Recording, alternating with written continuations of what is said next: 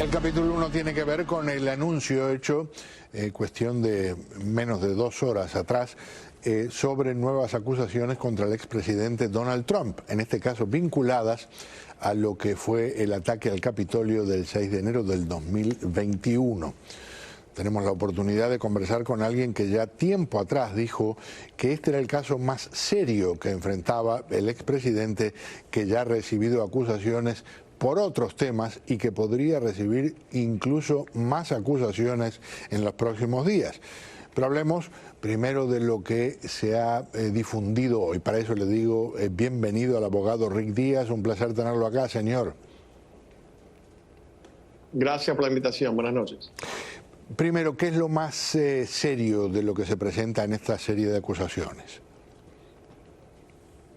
Yo diría que la cantidad de testigos, la cantidad de mensajes de texto, los correos y llamadas grabadas por el teléfono presidencial, la acumulación de todo eso hace que este caso sea indiscutiblemente el caso más fuerte en cuanto a el volumen de pruebas, la fuerza de las pruebas, la seriedad de las pruebas, que en sí ya hace que los cargos sean más serios. Los otros cargos que él tiene son serios, tienen penalidades semejantes a estos, pero este indiscutiblemente es el caso que más peso lleva en cuanto al valor y volumen de la prueba. Y por cierto, exacto, en todo caso, además, en cuanto a lo que es el legado de un presidente, si esto se llevara a un proceso que incluya un juicio y fuera declarado culpable, quedaría muy parecido en algunos aspectos a lo que le pasó a Nixon en términos de haber traicionado la confianza del pueblo estadounidense. Claro, y siempre pues partimos por la idea de que todo el mundo es presumido inocente hasta ser hallado culpable sin dejar ninguna duda razonable en el camino por un jurado unánime de 12 personas. Pero, habiendo dicho eso, este indictment no es que me sorprende, pero me llama la atención dos cosas críticas. Uno es el indictment más largo y yo he leído mis 35 años de práctica de abogado de defensa penal federal. 40 y pico de páginas. Es extraordinariamente descriptivo y eso nunca he visto en otro indictment, así ha sido menos largo. El detalle, esto escribe como una novela, como un libro, del cual estoy seguro que ya algunos productores en Hollywood ya están empezando a formular sus ideas para la película y el libro. Pero la cantidad de co-conspiradores que alega por numeración, creo que hay como 4, y ninguno de ellos está indictado. Quiere decir que cada una de esas personas van a ser testigos claves en contra del presidente. O sea, él no tiene un coacusado. Déjame describirlo de esta manera. Él tiene muchas personas que eran de su entorno en contra de él. Tiene muchos de los elementos de los textos, mensajes y correos electrónicos.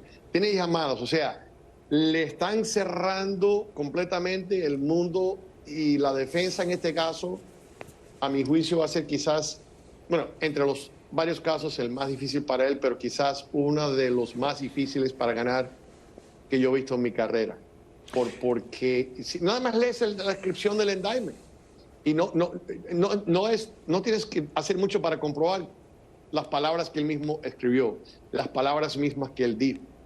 Entonces, hasta sus abogados se le han revirado. Creo que 3 de los 4 testigos nombrados, testigo 1, 2, 3 y 4, no por nombre, son exabogados que van a decir: yo fui su abogado, le dije que no lo hiciera y lo hizo. Eso es supremamente poderosa prueba. Entonces, lo veo muy difícil para él, en este caso en particular. Rick, ¿qué sería la extensión habitual de una acusación? En otras palabras, si 45 es larguísimo, ¿qué sería lo que ves más a menudo con estas acusaciones? Bueno, el primer cargo, que es el título 18, Código Penal, sección 371, que sencillamente es muy amplio y es conspiración en contra de los Estados Unidos con un método fraudulento. Muy básico, muy sencillo. Es el cargo, para mí, más fácil con el cual pueden condenar al expresidente. Tienen una sentencia máxima de 5 años en prisión, pero lo que pasa es que como la descripción de la acusación es tan amplia, no requiere mucha prueba particular, entonces sencillamente van a decir, mira, él en estas 4, 5, 6 ocasiones diferentes, en estos métodos diferentes, él defraudó al gobierno americano tratando de anular una elección que presuntamente era legítimo. Entonces, y el problema que él tiene es que en un caso de fraude, tu defensa es, yo no tenía intención fraudulenta, right? No fue mi intención, fue un error, un accidente.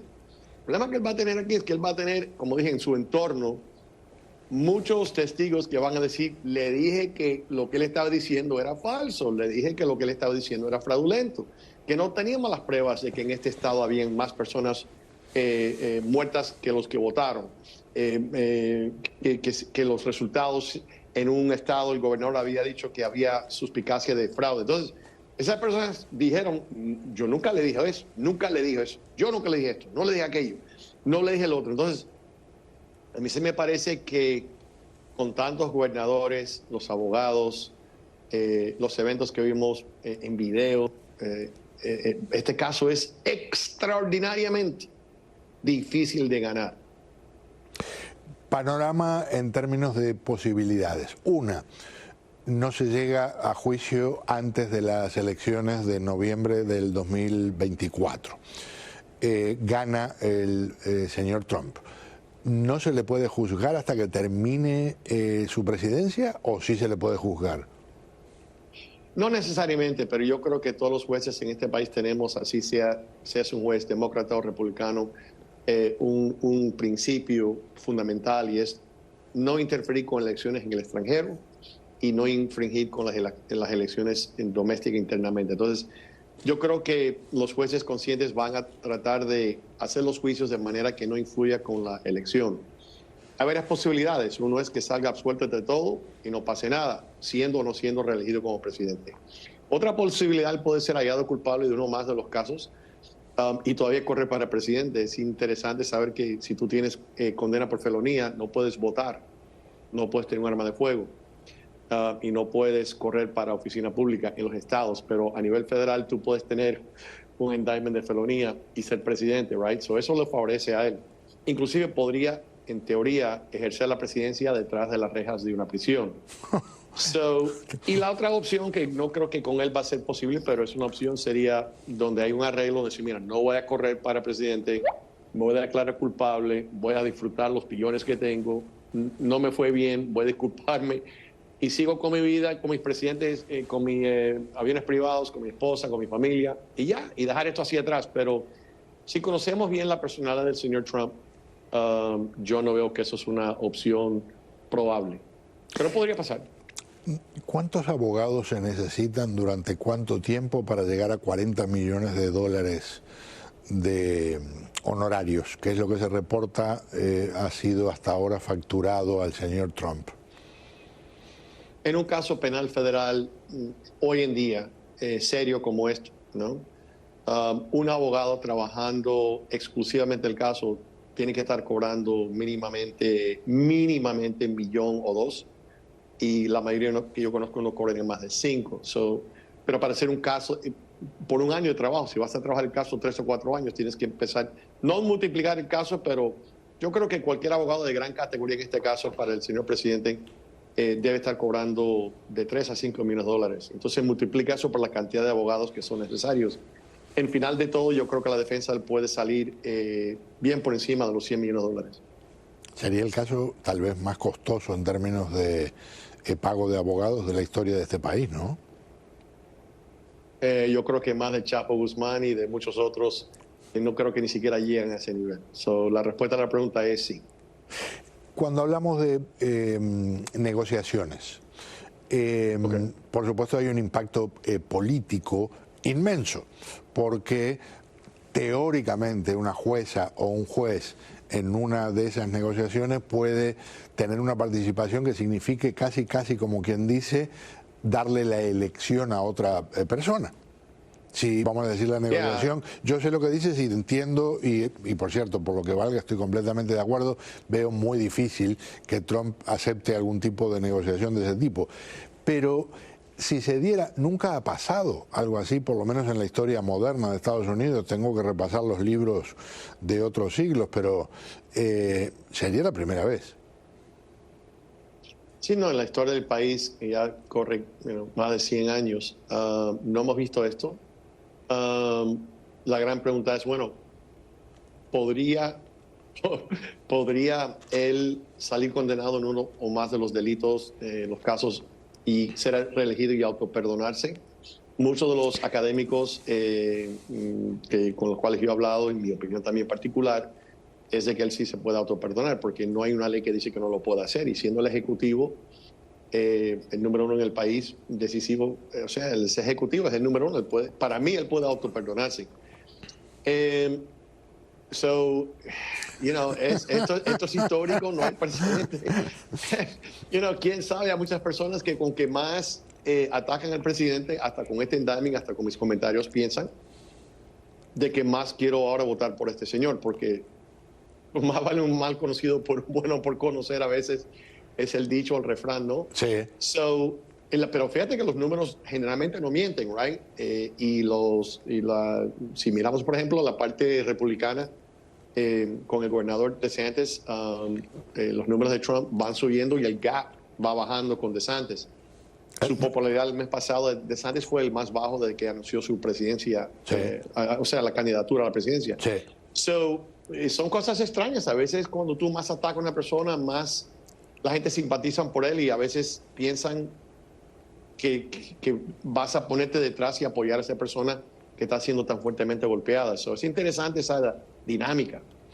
Una más, porque mencionaste algo, creo que siempre tenemos oportunidad para aprender, y te escucho y me parece que aprendo una más, porque cuando se habla de lo del perdón, hay gente que dice, bueno, pero ¿dónde está escrito que él se puede perdonar? Lo que tú planteas es que no necesariamente tiene que ser así. Alcanza con que no esté escrito que no se puede perdonar.